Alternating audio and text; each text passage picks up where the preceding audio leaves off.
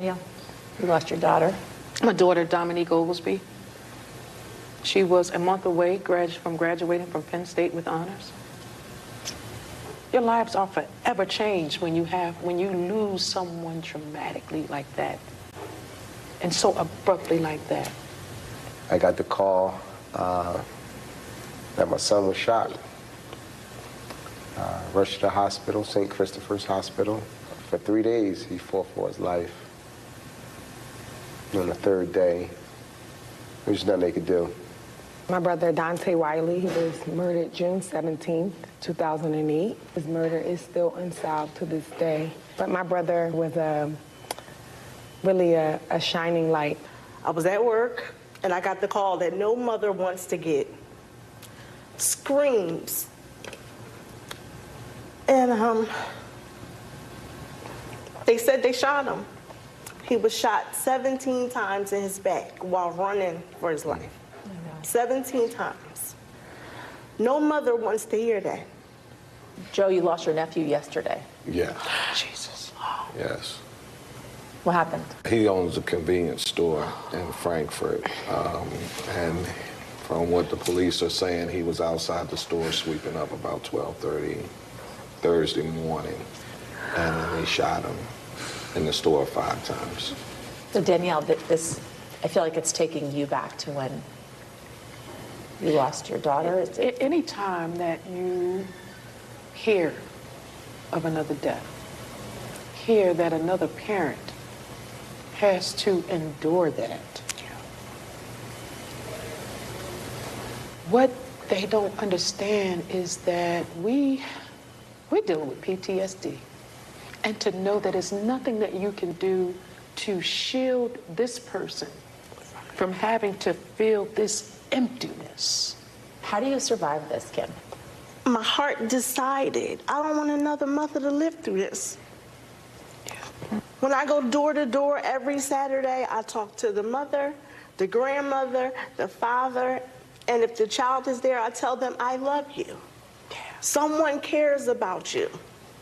I also carry a picture of my son in the morgue because I want to scare the crap out of these young men.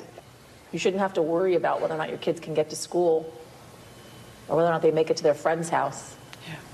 What type of childhood, what type of life is that for kids in this city? I once read a stat that said that if you come from some of the areas that we come from, you have a 100% chance of being affected by gun violence.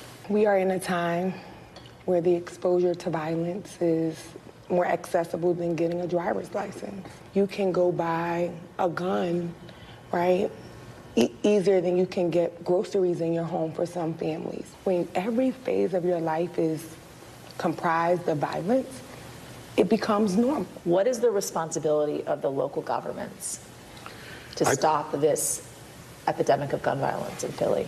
Resources. We need resources. There's grassroots organizations out here right now that are willing to do the work, put in the time to be consistent in our community, to put positive influences in front of our children to prevent them from picking up a gun or using drugs. But you can't be consistent and be as impactful if you don't have the funding. If you're in this city, if you're in government, whether local or federal, you have a certain level of responsibility to help us combat what's going on. And Yasmin joins us live. Hey, Yasmin, can I introduce you really quickly to Bert, my floor director? Walk over here, Bert. Bert grew up in New York. Bert grew up with gunfire all the time. And he told me, watching your report, Yasmin, that he, as an adult, still has PTSD, still jumps at firecrackers, loud noises. Right, Bert? I do. Yeah. It always stays with you, and it's terrible. Yeah. I wanted to thank you yesterday for what you did. I didn't get a chance to send you an email. I will. But it still affects me to this day. Thank you, Bert, so much. And that's a true example, Tom, Bert's experience of what so many of these kids are facing and what they grow up with. Like Bert, right? He's still an adult. He's an adult now, and yet he experienced that so many years ago as a child and still feels that very way, despite the fact that he's likely in a safer place than he was as a child, right? It's unbelievable to think this is what these families are facing, and that these parents, for instance, are still able to get up and put one foot in front of the other after having lost the thing that is most special to them. Their children. I spoke to the commissioner, the new commissioner, the police commissioner there in Philly, sworn in January of 24. He's one of them, right? He grew up in these neighborhoods. He grew up with a single mom. He knows what it's like. There he is, Commissioner Bethel. He knows what these kids are facing. He also understands the problem that police face, and that there is a inherent distrust with policing in these neighborhoods, which is obviously justified considering what we have seen throughout the country. And how they're making a real effort to do more community policing, establishing relationships with kids in these neighborhoods, and then also putting more resources into this neighborhood. Yesterday, Tom, you and I talked and saw those empty library bookshelves, right? Putting more resources into these neighborhoods for kids so that they have an outlet, and so they catch them right before the streets do, because these parents, they don't want to see other kids suffering the way that their kids have and their families have. Hey, viewers, let's make this go viral. Send this clip around. Yasmin's reporting has been phenomenal last night and tonight. Thank you, Tom. And it's an important story we should all share. Bert, thank you. Yasmin, thank you. Thank you, Bert.